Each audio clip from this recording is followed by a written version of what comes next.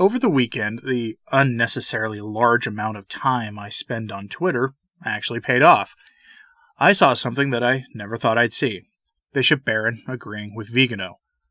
No, he didn't agree with him in the manner that you'd think or hope that he eventually does, but he does reinforce what Vigano has been saying about the Second Vatican Council, and that's a big deal, one worth really looking at. So let's do just that, because Barron has been one of the main stalwart defenders of the Council in the U.S. as of late, taking to his popular internet show and other programs to offer his typically mild-mannered and thoughtful defense of the Council that is easy to understand for the viewing audience.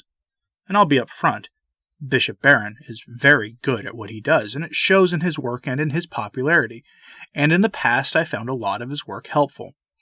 That has since changed for me, but I do my best to have the appropriate level of respect for Bishop Barron. Anyway, I'm going to get right into this for you. Bishop Barron describes what happened at the council as a battle between two forces, the more conservative on the one hand, and on the other the group of the Nouveau Theologie. I'll let him speak for himself on this. Here's the clip used in accordance with U.S. fair use laws. Under his aegis, all these forces sort of come together at Vatican II. And if you want to put it this way, they do battle. Because now Garrigou-Lagrange himself was in his dotage at that time. He wasn't involved. But someone like Cardinal Ottaviani, who was the head of the Holy Office at the time, would have represented that point of view, and many people with him. They did battle, you might say, in the salon and the classrooms and in the churches and so on at Vatican II and on the floor of the council to some degree. The debates happened. And then we have these great texts of Vatican II that I think it's very fair to say, whether it's Lumen Gentium, Gaudium et Spes, Dignitatis Humanae, Sacrosanctum Concilium on the liturgy, they represent the victory of the Nouvelle Théologie stream over the more conservative Garrigou-Lagrange stream. Look, there's a lot of names he listed there. I've covered what is commonly called the Ottaviani intervention for a weekend upload in the past. I highly, highly recommend you listen to it. Archbishop Lefebvre was one of the writers of that intervention, which was an attempt to preserve access to the Mass of the Ages for the Church, and it pointed out errors in the original version of the proposed Novus Ordo Missae. Again, I have the full text recorded for those interested in hearing it.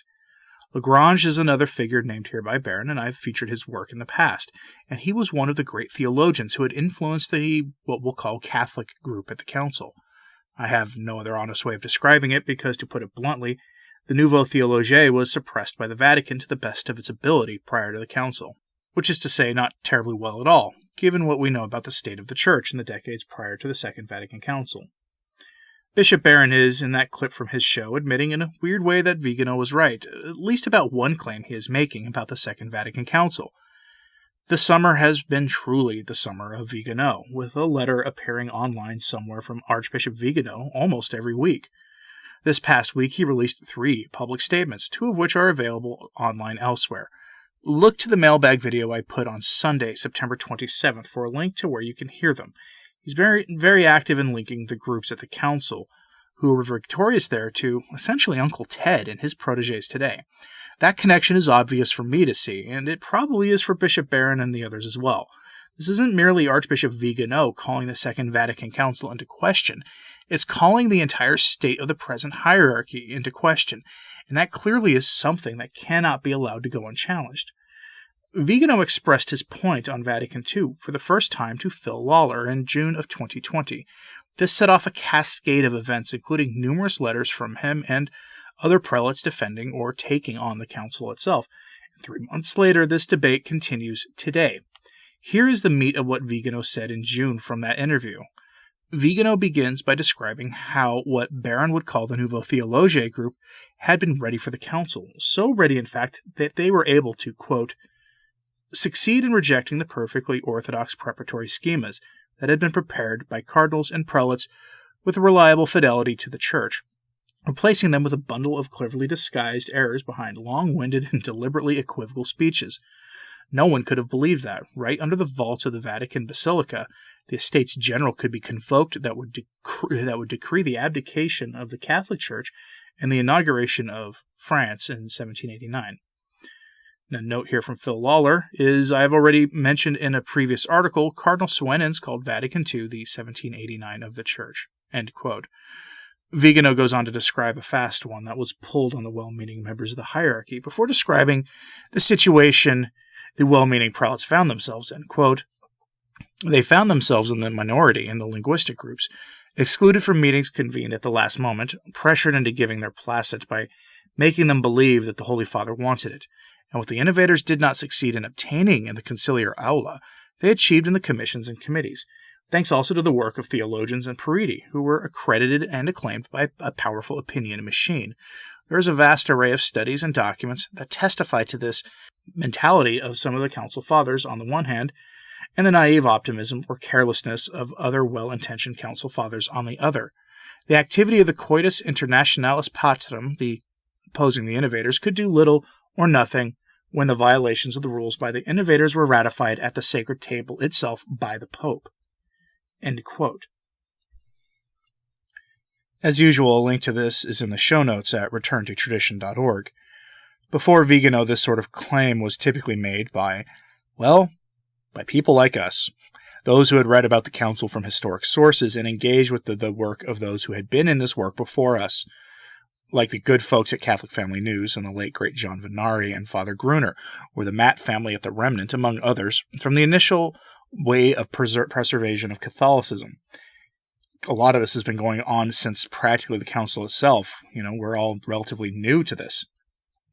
Those folks who had some very, very unpleasant things said about them by those defending the spirit of Vatican II. By the way, it is worth noting that for Vigano, the spirit of Vatican II is indistinguishable from the council itself.